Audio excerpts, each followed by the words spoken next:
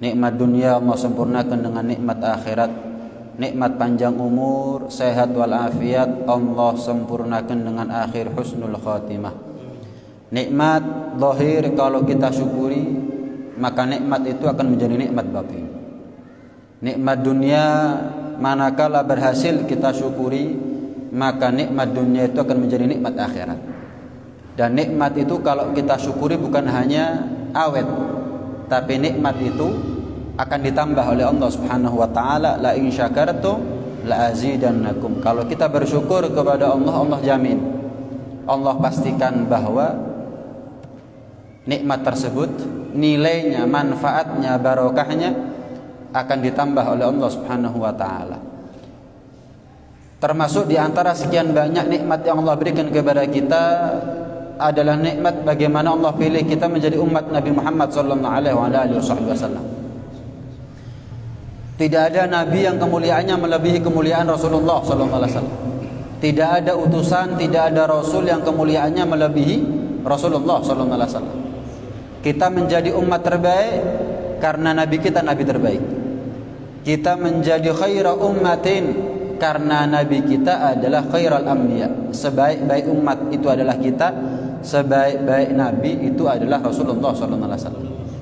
Allah Subhanahu wa taala berfirman di dalam Al-Qur'an, "Inna akramakum indallahi atqakum." Yang paling mulia di antara kita adalah yang paling bertakwa kepada Allah. Secara umum, siapapun di antara kita yang berhasil menjadi orang yang bertakwa, maka kita berhasil menjadi orang yang paling mulia di sisi Allah Subhanahu wa taala. Sementara Rasulullah SAW pernah bersabda, "Ama wallahi inni la akhsyakum lillah wa atqakum lah." Ketahuilah, demi Allah aku bersumpah, kata Nabi, aku adalah orang yang paling takut kepada Allah di antara kalian. Aku adalah orang yang paling bertakwa kepada Allah di antara kalian. Siapapun di antara kita yang bertakwa, kita menjadi orang yang paling mulia. Dan secara khusus karena Nabi Muhammad bersumpah tidak ada manusia yang lebih bertakwa daripada beliau, berarti tidak ada manusia yang lebih mulia daripada Rasulullah sallallahu alaihi wasallam. Kalau biasanya kita baca ayat laqad ja'akum rasulun min anfusikum, telah datang seorang rasul, telah datang seorang utusan, telah datang seorang nabi kepada kalian yang berasal dari golongan kalian sendiri, golongan manusia. Tapi ada sebagian ulama cara baca Al-Qur'annya bukan min anfusikum, tapi dibaca min anfasikum. Telah datang seorang rasul kepada kalian yang paling mulia di antara kalian. Rasulullah SAW pernah tanya kepada Jibril, "Jibril, aku penasaran sama kemuliaannya Umar bin Khattab. Sebutkan kepada aku, wahai Jibril, bagaimana mulianya Umar bin Khattab." Maka malaikat Jibril alaihissalam jawab, "Ya Rasulullah, kalau seandainya lautan ini menjadi tinta, ya Rasulullah, kalau seandainya kayu di muka bumi ini menjadi pena, kemudian aku gunakan umurnya Nabi Nuh 950 tahun, habis penanya, habis kayunya, habis lautnya, habis tintanya, habis 950 tahun, belum habis kemuliaannya Umar. Dan perlu Anda tahu ya Rasulullah, semulia-mulianya Umar itu hanya secuil daripada mulianya Sayyidina Abu Bakar As-Siddiq." Lah gimana dengan Rasulullah SAW? Sayyidina Umar kalah mulia dibandingkan Sayyidina Abu Bakar. Lah gimana mereka berdua dibandingkan dengan gurunya, yaitu Rasulullah SAW. Sangat mudah buat kita untuk mengetahui bagaimana mulianya Rasulullah SAW. Sebagaimana mudahnya buat kita untuk mengenal yang mana bulan, yang mana matahari. Terlalu mulia itu Rasulullah sampai kita ini nggak susah, nggak sulit untuk mengetahui kemuliaannya Rasulullah SAW. Cukup dari namanya tok kita tahu betapa mulia Rasulullah SAW. Semua nabi, nama mereka dimuliakan oleh Allah. Bagaimana tidak? Sementara nama-nama mereka, nama-nama para nabi adalah nama-nama pilihan langsung dari Allah Subhanahu wa taala. Namanya Nabi Adam, namanya Nabi Nuh, namanya Nabi Idris, siapapun nabinya, yang milih namanya mereka adalah Allah secara langsung. Allah sendiri yang milih. Siapapun nabinya, nama-nama mereka adalah nama-nama yang mulia. Tapi semulia-mulianya nama para nabi, tidak ada nama mereka yang melebihi kemuliaan namanya Rasulullah sallallahu alaihi wasallam. Karena itu Allah menegaskan di dalam Al-Qur'an, wa rafa'na laka dzikra, dan kami Allah meninggikan, memuliakan bagimu wahai Muhammad sebutan namamu. Allah itu di dalam Al-Qur'an kalau nyebut nama-nama para nabi terdahulu tidak disertakan dengan gelar kehormatan mereka, tidak disertai dengan gelar kenabian mereka. Cukup Allah panggil nama mereka dengan namanya tok. Ya Adam uskun anta wa zawjukal jannah. Ya Nuh innahu laisa min ahlik. Ya Musa aqbil wa la takhaf. Ya Yahya khudhil kitaba biquwwah. Wa nadainahu ayya Ibrahim. Ya Adam, ya Nuh, ya Musa, ya Ibrahim. Enggak, Allah enggak panggil nama mereka dengan gelar kenabiannya. Tapi bukan berarti nama-nama nabi, nama-nama para nabi bukan nama-nama yang mulia, tetap mulia. Tapi nama mereka tidak semulia daripada kemuliaan nama Rasulullah SAW. Buktinya apa? Buktinya Allah kalau panggil nama Rasulullah di dalam Al-Quran, tidak pernah Allah sebut nama beliau tanpa gelar kenabiannya, tanpa gelar kehormatannya. Kapan Allah sebut nama beliau Rasulullah? Selalu setelahnya Allah sebut gelarnya. Muhammadun Rasulullah. Wa ma Muhammadun illa Rasul.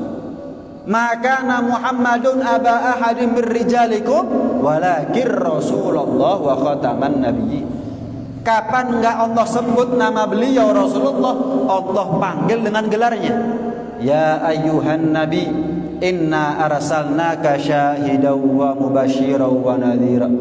Ya ayyuhar rasul balligh ma unzila ilaika mir rabbik. Wah, kalau dibahas satu-satu, ya ayyuhan nabi, ya rasul, khataman Quran kita banyak. Intinya nama-nama para nabi terdahulu nama-nama yang mulia, tapi semulia-mulianya nama para nabi terdahulu tidak melebihi daripada keagungan, kemuliaan, kebesaran nama Rasulullah sallallahu alaihi wasallam. Kita nih kalau sholat kan jelas ya, kapan kita sholat kita nggak boleh ngomong sama manusia. Kapan kita sholat kita nggak boleh bicara sama siapapun. Sholat kemudian ada ketuk pintu, assalamualaikum, kita jawab waalaikumsalam, batal sholatnya kita, dan haram hukumnya jawab salam dalam sholat. Sholat kemudian di sebelah kita ada yang bersin, kemudian kita doakan, sholat nih kita, terus kita doakan yarhamukallah, batal sholatnya kita. Haram mendoakan orang secara langsung, yarhamukallah secara langsung sekalipun di dalam sholat. Intinya kapan kita sholat kita tidak boleh bicara sama manusia, kan begitu, tidak boleh bicara sama manusia. Tapi ada satu manusia yang justru kalau kita nggak bicara sama beliau malah batal sholatnya kita. Siapa? Rasulullah SAW. Apa buktinya? Kita wajib kapan sholat untuk uluk salam kepada Rasulullah. Assalamu alayka ayyuhan nabiyyu wa rahmatullahi. Uluk salam, melempar salam itu tanda memulai pembicaraan. Assalamu alayka, semoga keselamatan senantiasa tercurahkan kepada anda. Ini kan kata ganti orang kedua, bukan dia tapi anda, kamu. Berarti kan ada lawan bicara. Makanya kalau ada orang bersin kemudian kita doakan yarhamukallah, batal sholatnya kita. Kenapa? Semoga Allah merahmatimu. Berarti kan ngomong. Merahmatimu berarti kan ngomong. Tapi kalau yarhamuhullah, semoga Allah merahmatinya, kata ganti orang ketiga, maka bukan dikatakan bicara. Mana ada bicara antara kata ganti orang pertama dengan orang ketiga? Nggak mungkin. Namanya bicara, kata gantinya orang pertama dengan orang kedua. Saya, kamu. Tapi lihat bagaimana Rasulullah. Assalamu alayka ayyuhan nabiyyu wa rahmatullahi. Ini ngomong apa enggak berarti ini? Ngomong. Wajib kita menegur, wajib kita menyapa, wajib kita memulai pembicaraan, melempar salam, uluk salam kepada Rasulullah SAW. Kita ini kalau sholat, apakah wajib nyebut namanya Nabi Adam? Kalau nggak nyebut namanya Nabi Adam, batal sholatnya kita? Nggak wajib. Nggak wajib dalam sholat kita nyebut namanya Nabi Adam, namanya Nabi Idris, namanya Nabi Nuh, namanya Nabi Ibrahim, namanya siapapun, namanya para nabi nggak wajib kita sebut dalam sholat. Cuman namanya Rasulullah tok yang wajib kita sebut dalam sholat. Namanya Nabi Ibrahim tidak disebut kecuali setelah nama Rasulullah disebut. Nama Nabi Ibrahim disebut di belakang nama Rasulullah. Allahumma sholli ala sayyidina Muhammad wa ala ali sayyidina Muhammad, baru kama shallaita ala sayyidina Ibrahim wa ala ali sayyidina Ibrahim. Kalau seandainya tidak disebut nama Rasulullah di dalam sholat, niscaya tidak ada satupun nabi yang namanya mereka lebih pantas disebut dalam sholat. Kalau sudah nggak disebut nama Rasulullah, maka siapapun nabinya, termasuk Nabi Ibrahim, nggak kita sebut dalam sholatnya kita. Misal kita sholat, semua nabi kita sebut namanya mereka dalam sholat, tapi namanya Rasulullah lupa, nggak kita sebut dalam sholat, batal sholatnya kita. Sebaliknya, kalau sudah kita sebut namanya Rasulullah dalam sholat, sekalipun setelah itu nggak ada satupun nama-namanya para nabi yang kita sebut dalam sholat, sah sholatnya kita. Pokoknya namanya Rasulullah harus disebut dalam sholat. Ini makna daripada wa rafa'na laka dzikrak, dan kami Allah meninggikan bagimu wahai Muhammad sebutan namamu. Saking tingginya mulianya, sampai kapan kita sholat wajib kita nyebut nama Rasulullah dalam sholat. Padahal kan jelas sholat ini hadrah ilahiyah, hadrah rabbaniyah, hadratullah. Sholat ini kehadiratnya Allah, kehadirat ilahi. Makanya kita nggak boleh bicara sama manusia. Tapi bagaimanapun juga kita dalam sholat wajib menyebut namanya Rasulullah Sallallahu alaihi wa alihi wasallam. Ini tanda kullama uzkar tuzkar ma'i. Setiap Allah disebut sebagai Tuhan, Rasulullah selalu disebut setelahnya sebagai utusan. Nggak pernah pisah, selalu gandeng. Namanya Allah, namanya Rasulullah. Adzan disebut nama Allah, disebut nama Rasulullah. Syahadat disebut nama Allah, disebut nama Rasulullah. Khutbah Jumat disebut namanya Allah dalam alhamdulillah, disebut namanya Rasulullah dalam sholawatnya kita. Termasuk sholat disebut namanya Allah, at-tahiyyatul mubarakatus sholawatut thayyibatu lillah. Setiap Allah disebut sebagai Tuhan, selalu setelahnya disebut Rasulullah sebagai utusan. Assalamu alayka ayyuhan nabiyyu wa rahmatullahi wa barakatuh. Subhanallah. Lihat betapa mulia dan agungnya namanya Rasulullah SAW. Yang kita bahas baru namanya tok, baru satu ayat, wa rafa'na laka dzikrak. Kita ini kalau mendengar nama-nama para nabi, namanya Nabi Adam, nggak wajib nyaut alaihi salam. Dengar namanya Nabi Idris alaihi salam, nggak wajib. Bagus tapi nggak wajib. Misal sholat Jumat, imam rakaat pertama baca inna hadza la fis suhufil ula suhufi Ibrahim wa Musa. Ada yang nyaut, ada yang nggak nyaut. Yang nyaut sah sholatnya, yang nggak nyaut sah sholatnya, nggak ada masalah, nggak wajib nama-nama para nabi. Tapi kalau namanya Rasulullah, wajib kita nyaut sholawat kepada Rasulullah SAW, wajib. Wailun liman lam yaroni yaumal qiyamah ya Aisyah. Wahai istriku Aisyah, ketahuilah celaka siapa orang yang nanti di hari kiamat tidak memandang wajahku. Orang itu kalau tidak mencium bau surga, nggak akan masuk surga. Orang itu kalau tidak melihat, memandang, menyaksikan keindahan wajah mulia Rasulullah, maka dia tidak akan mendapatkan syafaatnya Rasulullah. Siapa ya Rasul? Yang ketika di hari kiamat semua orang berharap syafaatnya Anda, tapi ada sekelompok orang, sekelompok manusia, jangankan dapat syafaatnya Anda, memandang wajahnya Anda saja nggak mungkin. Siapa ya Rasul? Al-bakhil, orang yang kikir, tiang ingkang medit. Aisyah istriku, orang yang kikir, orang yang bakhil, yang tidak akan berjumpa denganku nanti di hari kiamat. Siapa yang nggak mau sedekah? Lebih parah daripada itu. Yang nggak mau nyantun anak yatim, lebih medit daripada itu. Yang setiap Jumat nggak pernah ngisi kotak amal, lebih kikir daripada itu. Siapa? Man dzukirtu indah wa lam yusalli alaih. Barang siapa yang namaku disebut di hadapannya tapi tidak ada reaksi, nggak ada reaksi, nggak ada sholawat untuk bersolawat kepadaku. Wajib hukumnya, sholat hukumnya wajib, nggak sholat hukumnya dosa. Jelas ya? Mendengar nama Nabi Muhammad disebut wajib kita nyaut sholawat, kalau enggak dosa, hukumnya berdosa. Kalau enggak berdosa nggak diancam sama Nabi tidak memandang wajah mulia Rasulullah SAW. Kita ini kalau ngaku cinta sama Nabi, kalau betul-betul nama Rasulullah ada di hati kita, pasti ada reaksi, pasti ada respon.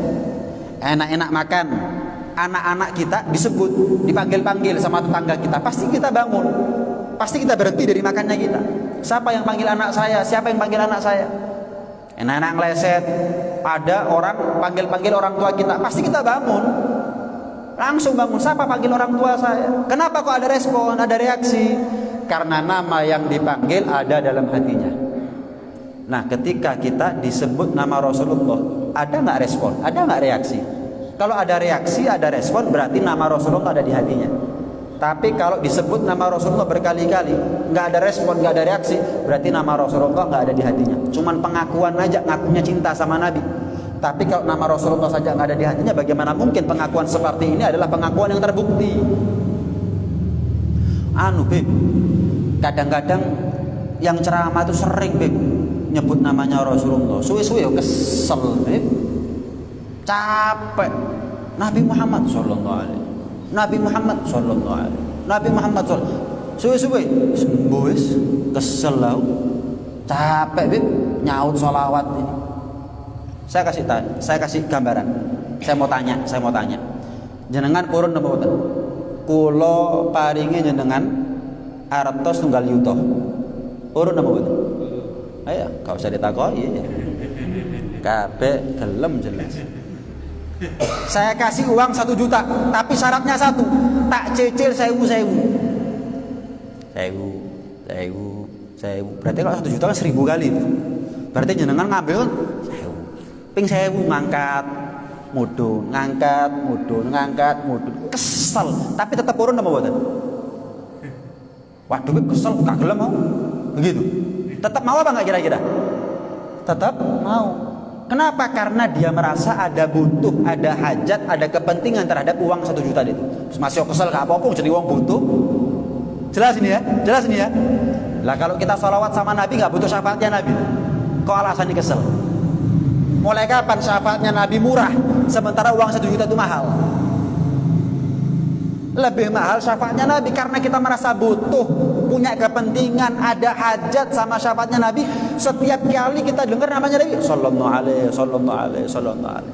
Siapa yang lebih medit daripada orang yang walaupun untuk kebaikannya dia sendiri dia nggak mau, gawe awake dhewe badal gak gelem. Ada orang lebih parah meditnya daripada dia. Kalau orang nggak mau sedekah karena dia merasa ada yang kurang dari hartanya dan tambah hartanya orang lain. Misal kotak amal lewat, isi dompetnya kita 500.000, kita masukkan 100.000 ke kotak amal, berarti kan ada yang kurang dari hartanya kita. Isi dompet dari 500 jadi 400, isinya kotak amal dari berapa tambah 100.000. Karena merasa ada yang kurang, kadang-kadang orang tuh moh untuk sedekah. Itu sudah cukup dikatakan orang yang medit. Sudah cukup dikatakan orang yang kikir, bakhil. Saya mau tanya lah, kalau kita sholawat sama Nabi ping 1000, apa yang kurang dari diri kita? Keringetan, keringingen, mulut dower gara-gara sholawat ping 1000 marang Kanjeng Nabi. Apa yang kurang? Keringet enggak, keringingen enggak, kesel enggak, domble lambene yo enggak gara-gara sholawatan terus sampai Kanjeng Nabi. Ya keluar duit juga enggak. Kalau orang tuh nggak mau sedekah, kadang-kadang dia merasa kurang hartanya saya. Lah kalau kita nggak mau sholawat sama Nabi, apa yang kurang dari harta kita? Kita ini kalau sedekah kepada fakir miskin, itu untuk hajatnya fakir miskin. Secara dohir ya, secara dohir. Walaupun sebetulnya ya hajatnya dia sendiri. Secara dohir, kalau kita nggak mau sedekah, kalau kita sedekah kepada fakir miskin, itu untuk hajatnya fakir miskin. Tapi kalau kita sholawat sama Nabi, hajatnya siapa itu? Hajatnya Nabi. Cukup buat Nabi adalah sholawatnya Allah dan para malaikat. Apa artinya sholawat dari orang seperti kita? Cukup bagi beliau sholawatnya Allah, sholawatnya malaikat. Sholawatnya kita kepada beliau adalah hajatnya kita sendiri. Loh gawe awake dhewe ngomong kesel loh. Ya apa sih? Ada orang yang lebih medhi daripada orang yang walaupun untuk kebaikannya dia sendiri dia nggak mau.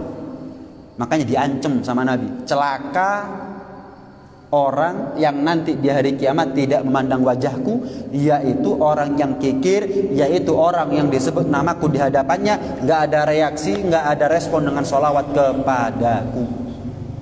Wajib ya, jadi ini salah satu tafsiran ya ayyuhalladzina amanu shollu alaihi wasallimu taslima. Kan perintah dari Allah itu. Yang ngaku iman, sholawat dan salam kalian kepada Rasulullah. Perintah. Hukum dasar dari perintah amar itu adalah al-wujub, wajib. Pertanyaannya kapan kita wajib sholawat dan salam sama Nabi? Ada yang berpendapat ketika kita sholat, ada yang berpendapat ketika kita khutbah, terutama khutbah yang wajib, khutbah Jumat. Ada yang berpendapat ketika kita mendengar nama Nabi Muhammad SAW. Wajib ketika sholat kita sholawat sama Nabi. Wajib ketika khutbah kita sholawat sama Nabi. Wajib ketika kita mendengar nama Rasulullah sholawat kepada Nabi. Pernah diceritakan ada satu orang pemuda tapi ahli maksiat. Satu kiai di kampung ngajak dia tobat, nggak pernah mau. Le tobat le, nggih yai insyaallah yai. Gak tobat-tobat. Le tobat le insyaallah ya. Terus begitu. Nanti besok enggak gampang. Benjing terus enggak tobat-tobat. Subhanallah, singkat cerita. Bertahun-tahun diajak tobat enggak gelem tobat. Subhanallah, di satu malam si kiai yang soleh ini mimpi Rasulullah sallallahu alaihi wasallam. Dalam mimpinya Rasulullah sallallahu alaihi wasallam itu gandeng pemuda yang diajak tobat, nggak pernah mau, digandeng sama Rasulullah. Tanya, ya Rasulullah, Anda nggak kenal siapa dia? Kenal, bahkan lebih kenal aku. Iya, aku lebih kenal siapa dia daripada kamu kenal dia. Dan terus, kalau Anda kenal siapa dia ya Rasulullah, ahli maksiat, saya ajak tobat tahunan nggak pernah mau, kok digandeng? Apa jawabnya Nabi? Siapa orang yang membela saya akan membela dia. Saya akan bela dia di pengadilannya Allah. Akan saya berikan pertolongan syafaat kepada dia. Singkat cerita bangun dari mimpinya. Bangun dari mimpinya, wis mandi, ambil wudhu, pergi ke masjid. Subhanallah, di masjid si pemuda itu sudah di saf pertama. Kiai ini kalah telat malah, kalah cepat. Telat malah kiainya. Duduk saking kagetnya kiai itu ketenggengen. Si pemuda ini bilang, sudah saya tunggu dari tadi kiai. Kedatangan jenengan ini sudah saya tunggu dari tadi. Kaget tambahan kiainya. Kau tak jak tobat tahunan ora tahu gelem. Saya iki gaya tok. Teko paling cepat sudah saya tunggu dari tadi ya. Saya mau tanya, apa penyebabnya sekarang kok kamu subuh-subuh sudah di sini? Ngapunten yai, yang mimpi Rasulullah bukan cuma jenengan tok, saya juga mimpi Rasulullah. Saya juga mimpi Rasulullah. Saya digandeng sama Rasulullah. Saya dibela. Rasulullah menjadi saksi kepada Allah atas kebaikannya saya. Saat itu dalam mimpi saya tanya, ya Rasulullah, saya dah ahli maksiat. Saya iman, cinta sama Anda, tapi saya nggak kenal siapa Anda. Nggak tahu Anda lahirnya, meninggalnya, hijrahnya, lahir kapan, meninggal kapan. Saya nggak tahu. Lah kok Anda belani saya? Apa sebabnya ya Rasul? Dikatakan kamu mungkin lupa, tapi aku nggak pernah lupa. Kamu pernah hadir majelis. Ini gambaran ya, orang kalau sudah ahli maksiat tapi saya senang pengajian, saya senang ada ulama, saya gelem ngaji. Bukan berarti seperti ngaji masuk maksiat gak apa-apa loh ya. Jangan salah paham loh. Siapa sih di antara kita yang bukan ahli maksiat nih? Siapa sih? Semuanya ahli maksiat, masih sih ngomong.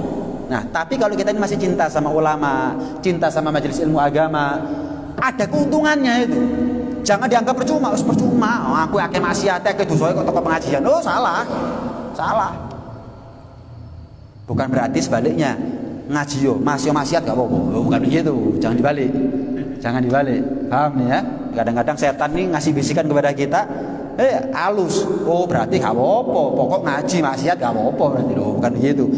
Kita ini ahli maksiat, tapi lek seneng sampai pengajian, ada untungnya masih. Ada kesempatan, ada peluang, ada potensi kita selamat. Ini contohnya. Kamu mungkin lupa, tapi aku nggak pernah lupa. Kamu tanggal sekian, bulan sekian, tahun sekian, hari ini hadir pengajian. Subhanallah, yang ceramah nyebut-nyebut namanya Rasulullah, nama-namaku, tapi nggak ada yang nyaut sholawat sama aku. Ono sing turu, ono sing mangan, ono sing jagongan, ono sing rokokan, ono sing nggak ada yang nyaut. Kamu pegel, ngene jarine cinta mbek Kanjeng Nabi, disebut jadi detok wong-wong iki. Wis, begitu disebut nama Rasulullah bengok. Sallallahu alaihi. Yang ceramah nyebut lagi namanya Rasulullah sallallahu alaihi, bengak-bengok. Sampai orang kon lapo bengak-bengok, kon sing lapo.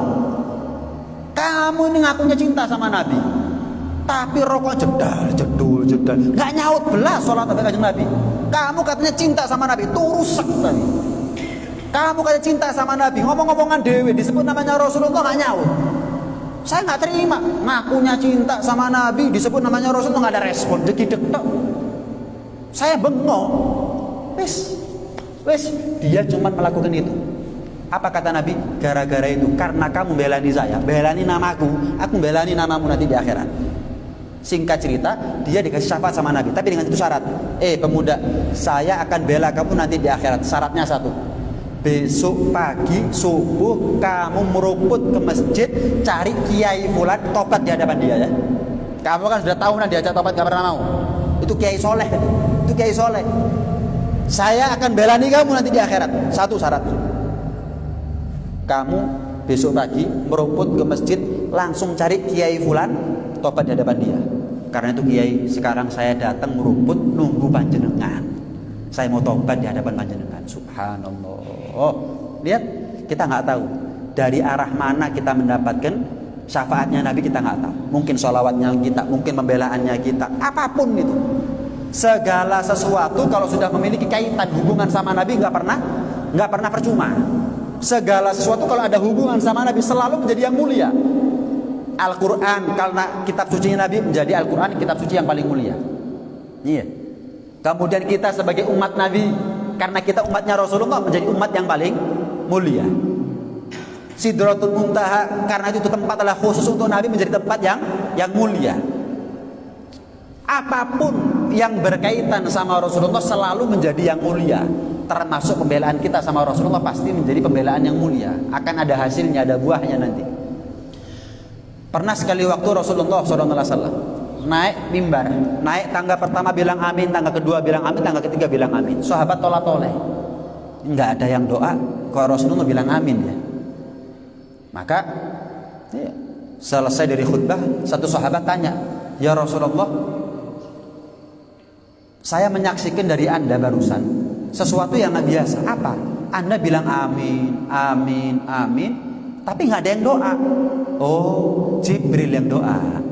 Terus ya Rasulullah, aku diperintah oleh Jibril untuk mengamini doanya. Aku diminta oleh Jibril untuk mengamini doanya. Apa doanya ya Rasul? Yang pertama, aminku yang pertama karena doanya Jibril yang pertama. Syaqiyya man adraka walidayhi au ahadahuma wa lam yudkhilahul jannah. Celaka ya Rasulullah, celaka siapa anak yang nututi hidup sama orang tuanya, tapi kesempatan hidup sama orang tuanya, momen tersebut, kesempatan tersebut gagal dia manfaatkan untuk bakti, untuk dia pantas masuk surga. Celaka ya Rasulullah, anak yang durhaka ketika hidup orang tuanya. Amini doaku ya Rasulullah, amin. Yang kedua ya Rasulullah, syaqiyya man adraka Ramadan walam yughfar. Celaka ya Rasulullah, barang siapa yang nututi Ramadan, ketemu Ramadan tapi nggak pantas dapat rahmatnya Allah, ampunannya Allah. Celaka ya Rasulullah. Amini doaku ya Rasulullah, amin. Yang ketiga ya Rasulullah, syaqiyya man dzukirta indah walam yusolli alaika. Celaka ya Rasulullah, siapa di antara umat panjenengan disebut nama anda di hadapannya tapi jegidek, gak ada respon, gak ada reaksi dengan sholawat kepada anda. Celaka ya Rasulullah, amin. Amin doaku ya Rasulullah, amin. Loh Bib, Kanjeng Nabi kok tega Bib? Sudah tahu kan Rasulullah ini doanya Jibril kan bahaya, resiko buat mereka. Kok diamini sama Rasulullah? Kok tega Bib Kanjeng Nabi Bib? Yang tega siapa? Saya mau tanya, pernah kita sholat dilempari kotoran? Pernah kita sujud dilempari kotoran? Nggak pernah kan? Gara-gara siapa? Rasulullah sudah nanggung. Rasulullah sujud dilempari kotoran, sehingga umatnya Nabi nggak ada yang sujud dilempari kotoran. Kita pernah keluar dari rumah taruhan kepala, taruhan nyawa? Nggak pernah kan? Yang keluar dari rumah resiko hilangnya nyawa siapa? Rasulullah. Bahkan ketika kita nazak, sakit-sakitnya nazak, separuhnya sudah ditanggung sama Rasulullah. Lahir belum kita pada. Ya Rabb, khaffif ala ummati wa thaqqil alayya. Ya Allah, ringankan nazaknya umatku, bebankan semuanya kepadaku. Yang diterima sama Allah cuma separuhnya. Loh, lah dalah cuma nyaut sholawat tok enggak gelem, sing tega sapa berarti? Yang tega ini adalah kita kepada Rasulullah. Bahkan kita tega sama diri kita sendiri, kita zalim sama diri kita sendiri.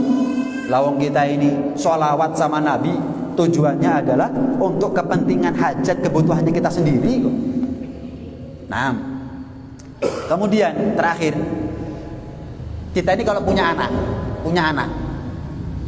laki-laki, mau kita kasih nama siapapun namanya mereka, asal nama-nama orang soleh, nama-nama para nabi, nama-nama ulama, bagus, nggak ada masalah.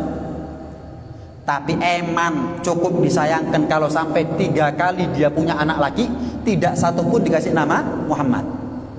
Rasulullah SAW pernah bersabda, man kana lahu thalathatu minal walad, barang siapa yang punya anak sampai 3 anak laki, 3 kali dia dapat kesempatan punya anak laki. Walam yusammi ahadahum bi Muhammad, tapi tidak satu pun di antara putra-putranya dikasih nama Muhammad. Anak pertama nggak terpilih nama Rasulullah, anak kedua lewat namanya Rasulullah, anak ketiga cuma masuk list tapi nggak dipilih lagi. Namanya fulan. Walaupun nama-namanya orang soleh, nama-nama bagus, namanya ulama, namanya para nabi, tapi nama Rasulullah nggak terpilih, nama Muhammad nggak terpilih. Apa kata Nabi? Faqad jahil, bodoh. Siapa orang tua punya anak 3 laki, 1 aja nggak ada yang dikasih nama Muhammad, bodoh katanya Nabi. Sembrono, teledor, ceroboh. Al-Imam Syafi'i, namanya siapa? Muhammad bin Idris. Ketika beliau dapat kabar, Imam, Anda dapat putra anak laki-laki, kasih nama siapa? Muhammad. Nggak mikir panjang sudah. Loh, nama Anda sendiri kan sudah Muhammad. Kau punya anak dikasih nama Muhammad juga. 10 anak lanang kabeh tak kayak seneng Muhammad kabeh gak boh? Loh, kenapa kau begitu? Karena putraku adalah putra yang saya cintai. Maka tidak saya sematkan nama kepada orang yang saya cintai, anak yang saya cintai, kecuali nama yang paling aku cintai. Dan asal kalian tahu, tidak ada nama yang paling aku cintai kecuali namanya Rasulullah SAW. Al-Imam Al-Ghazali, namanya Muhammad bin Muhammad. Namanya beliau Muhammad, nama ayahnya Muhammad, nama kakeknya Muhammad. Lihat saking cintanya, turun-temurun. Punya saudara namanya Ahmad Imam Ghazali, punya anak dikasih nama Hamid. Kalau nggak Muhammad Ahmad, kalau nggak Ahmad Hamid. Nama-namanya Rasulullah semuanya. Semuanya berasal dari suku kata Muhammad, Hamad. Subhanallah. Saya pribadi namanya Muhammad Fahmi. Saya punya adik namanya Muhammad Umar. Adik lagi saya yang nomor 3 namanya Muhammad Soleh. Pernah dulu saya tanya sama Abah, Lah kalau ujung-ujungnya dipanggil Fahmi Umar Soleh, lah kenapa panjang-panjang dikasih nama Muhammad? Yus Fahmi Umar Soleh selesai. Ujung-ujung dipanggil Fahmi Umar Soleh, kenapa ada tambahan Muhammad di depannya? Fahmi abah ini kalau punya anak laki kepingin tak kasih nama Muhammad, ya sudah. Kalau gitu namanya Muhammad dok, nggak usah Fahmi Umar Soleh. Ada apa kalau begitu? Masalahnya lidahnya orang Indonesia. Jadi kalau anak namanya Muhammad gede ini jaluk mat. Lidahnya orang Indonesia kalau ada orang namanya Muhammad diceluk mat. Mat.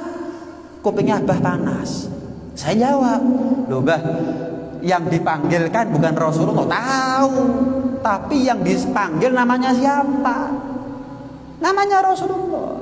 Jadi orang itu kalau sudah cinta, tindakannya itu kadang-kadang jeru. Kita nggak kepikiran, tapi karena orang cinta kepikiran itu. Karena orang cinta kepikiran. Orang itu kalau cinta, iya. Orang itu kalau cinta, kadang-kadang lewat gangit tok seneng bisa, iya. Padahal apa normal itu?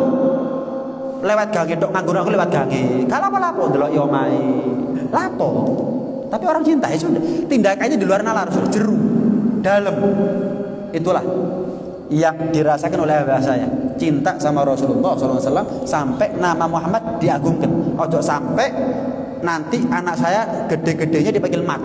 Nama Rasulullah jadi hina nanti. Wis saya kasih tambahan Fahmi, diceluk Mimi sih gak apa-apa. Sepenting ojo mat-mat. Umar, celuk Mar, Soleh, le gak apa-apa. Pokok ojo mat-mat. Subhanallah. Pernah Al-Imam Malik bin Anas, gurunya Imam Syafi'i, mengatakan begini, sami'tu ahlal Madinah yaqulun, aku pernah mendengar ulama Madinah mengatakan, ma min baitin wa fihi man ismuhu Muhammad. Tidak ada satu rumah yang di dalam rumah itu ada penghuni yang namanya Muhammad illa kecuali ruziqu rizqa khairin, kecuali seluruh penghuni rumah itu mendapatkan rezeki kebaikan dari Allah. Apa rezeki kebaikan ini maksud? Segala sesuatu yang tidak bisa dibeli dengan uang. Saking larangi, duit gak payu, kayak sok nuku. Sehat, afiat, rumah tangga akor, sakinah, mawaddah, warahmah, putra putri soleh soleha, itu sesuatu yang tidak ditentukan oleh uang. Ada orang sakit, kepingin sehat, bisa beli dengan uang, belum tentu. Apa orang tambah kaya, tambah soleh, belum tentu. Apa orang tambah kaya, tambah akor keluarganya, belum mesti. Gara-gara soge kadang-kadang malah gak akor. Itu rezeki kebaikan. Rezeki kebaikan itu adalah rezeki yang tidak bisa dibeli dengan uang. Barokah, manfaat itu nggak bisa dibeli dengan uang. Mungkin karena sebab di rumah kita ada orang yang namanya sama dengan nama Rasulullah SAW. Maka barokah, sehat, selamat, afiat, sakinah, mawaddah, warahmah, rumah tangga akor, hidup anak seduluran akor, ditinggal mati anak seduluran akor. Jadi anak yang soleh soleha, mungkin bukan karena uang, tapi karena sebab barokah nama Rasulullah di tengah-tengah rumah kita. Kadang-kadang ada anak sakit-sakitan, ditanya, sopo jenenge Abdul Qadir Jailani? Pantes kabotan jeneng anak. Gantian jenenge fulan, lak waras. Subhanallah waras. Diganti jenenge waras. Tapi saya belum pernah tahu ada anak sakit-sakitan ditanya namanya siapa, namanya Muhammad. Saya mau tanya, lebih mulia mana? Nama Muhammad apa nama Abdul Qadir Jailani? Muhammad jelas. Jelas ya? Berarti kan kalau secara akal nama Muhammad itu luweh ngaboti timbang nama Abdul Qadir Jailani. Tapi nggak pernah dengar, nggak pernah tahu saya ada anak sakit-sakitan kabotan jenengi Muhammad. Lihat saking barokahnya nama Rasulullah SAW. Insya Allah anak sakit-sakitan gara-gara namanya Abdul Qadir Jailani diganti namanya Muhammad malah waras. Padahal lebih ngaboti seharusnya. Wong lebih mulia. Barokah nama Rasulullah SAW. Abdullah bin Abbas sepupu Rasulullah SAW. Nanti di hari kiamat, di hari kiamat itu menceritakan nada munadin yaumal qiyamah, akan ada seruan panggilan dari para malaikat nanti di hari kiamat. Apa panggilannya? Ala liyagum manismuhu Muhammad. Hendaknya lah bangkit siapa di antara kalian yang namanya Muhammad. Sing jenenge Muhammad nyatet. Waduh, kita nih sekolah dipanggil dari kantor. Fahmi asegaf ke kantor, dredeg apa seneng? Dredeg. Salah opo? Kan begitu, apalagi di akhirat. Setiap pemilik nama Muhammad di akhirat pasti ketika dipanggil dredeg, kecuali pemilik aslinya Rasulullah SAW. Setiap pemilik nama Muhammad pasti punya dosa, kecuali Rasulullah SAW, pemilik asli nama Muhammad. Yang namanya Muhammad berdiri dredeg tapi ngadeg. Apa kata malaikat? Falyadkhulu al-jannah. Kalian nih semuanya nih yang namanya Muhammad masuk surga. Dredeg, takut masuk surga, selamat. Ya Allah goy. Gimana leganya? Panggil ke kantor, Fahmi asegaf ke kantor. Wah, dredeg, ternyata dapat hadiah. Waduh, senenge. Takut malah dapat hadiah. Takut masuk neraka malah masuk surga. Ya Allah goy. Loh, Bib, berarti masuk surga bondo jeneng ta, Bib? Pokok jeneng Muhammad mlebu surga. Loh, punya nama Muhammad tapi tidak memiliki akhlak. Akhlaknya Nabi Muhammad itu namanya pemalsuan nama Muhammad. Cok GRC ini Muhammad. Ya, saya pun juga namanya Muhammad, cok GRC. Cuman saya husnudzon. Orang kalau sudah namanya Muhammad, bagaimanapun kelam masa lalunya, bagaimanapun lika-liku hidupnya, sesuai garis nasib yang Allah tentukan, ujung-ujungnya insyaallah husnudzon saya ya, husnul khotimah. Kenapa? Secara akal saya, husnudzon saya sama Allah. Allah mosok rela. Masa Allah itu rela ada nama umat Nabi Muhammad, namanya sama dengan namanya Nabi Muhammad tapi masuk neraka? Kayaknya nggak mungkin itu. Walaupun dia nggak mungkin jadi nabi, karena itu pasti dia punya dosa, pasti punya dia salah. Tapi ujung-ujungnya husnul khotimah. Anda bisa buka kitab Irsyadul Ibad dalam bab som, bab puasa. Ada seorang pemuda namanya Muhammad, ahli maksiat. Tapi kalau sudah Ramadan taat. Taatnya Ramadan tok, wis. Taatnya Ramadan tok. Saya pernah kan cerita di sini. Ramadan tok, salate Ramadan tok. Masuk masjidnya Ramadan tok, takutnya sama Allah Ramadan tok. Ditanya kenapa? Ramadan ini gudangnya rahmat. Lah kalau saya nggak dapat rahmat di Ramadan, mau bulan apa saya dapat rahmatnya Allah? Bertahun-tahun begitu. Subhanallah, meninggal kapan? Ramadan. Ayo, pun ditiru nih gini. Oh, ya berarti saya sholatnya Ramadan tok. Lek nasib siji aja takut nang aku. Ini kita bicara takdir. Belum tentu saya mau tanya. Ada orang kaya, Pak, Bu, saya mau tanya, sampai kok bisa jadi kaya gimana? Oh, A, B, C sampai Z disebut. Terus kita tiru, waduh gini kira-kira. Bukan berarti ini takdir. Jadi bukan untuk ditiru, tapi untuk husnudzon kita kepada Allah. Ternyata namanya siapa? Muhammad. Ternyata namanya Muhammad. Saya yakin husnudzon kepada Allah. Orang kalau namanya Muhammad, insya Allah husnul khotimah. Yo apa ceritanya urusannya Gusti Pangeran. Kenapa? Secara akal kayaknya Allah berat untuk memasukkan satu umat Nabi Muhammad namanya sama dengan namanya Nabi Muhammad tapi masuk neraka. Kayaknya nggak mungkin. Cuman kalau kita punya anak namanya Muhammad, ya harus dididik dengan didikan Nabi Muhammad. Biar apa? Biar kita tidak tergolong dari antara mereka yang memalsukan nama Muhammad. Karena orang yang namanya Muhammad tapi nggak belajar ilmunya Nabi Muhammad, nggak berakhlak dengan akhlaknya Nabi Muhammad, nggak belajar syariatnya Nabi Muhammad, itu namanya justru menghinakan, merendahkan dan melecehkan nama Rasulullah Sallallahu Alaihi Wasallam. Hadirin sekalian rahmati Allah.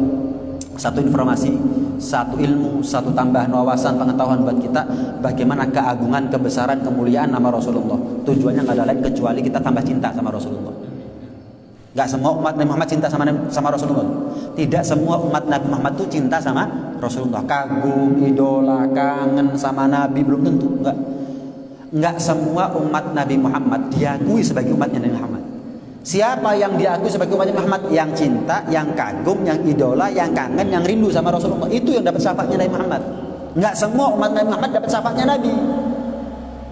yang cinta, yang kagum, idola sama Rasulullah, itu yang mendapatkan syafaatnya Rasulullah Sallallahu Alaihi Wasallam. Karena itu mudah-mudahan tambah umur, tambah cinta kita sama Rasulullah, tambah umur, tambah tua, tambah kita ini kagum, idola sama Rasulullah, dan mudah-mudahan kita menjadi umat Nabi Muhammad yang diperjumpakan, dipertemukan oleh Allah bukan hanya nanti di akhirat, tapi juga di dunia.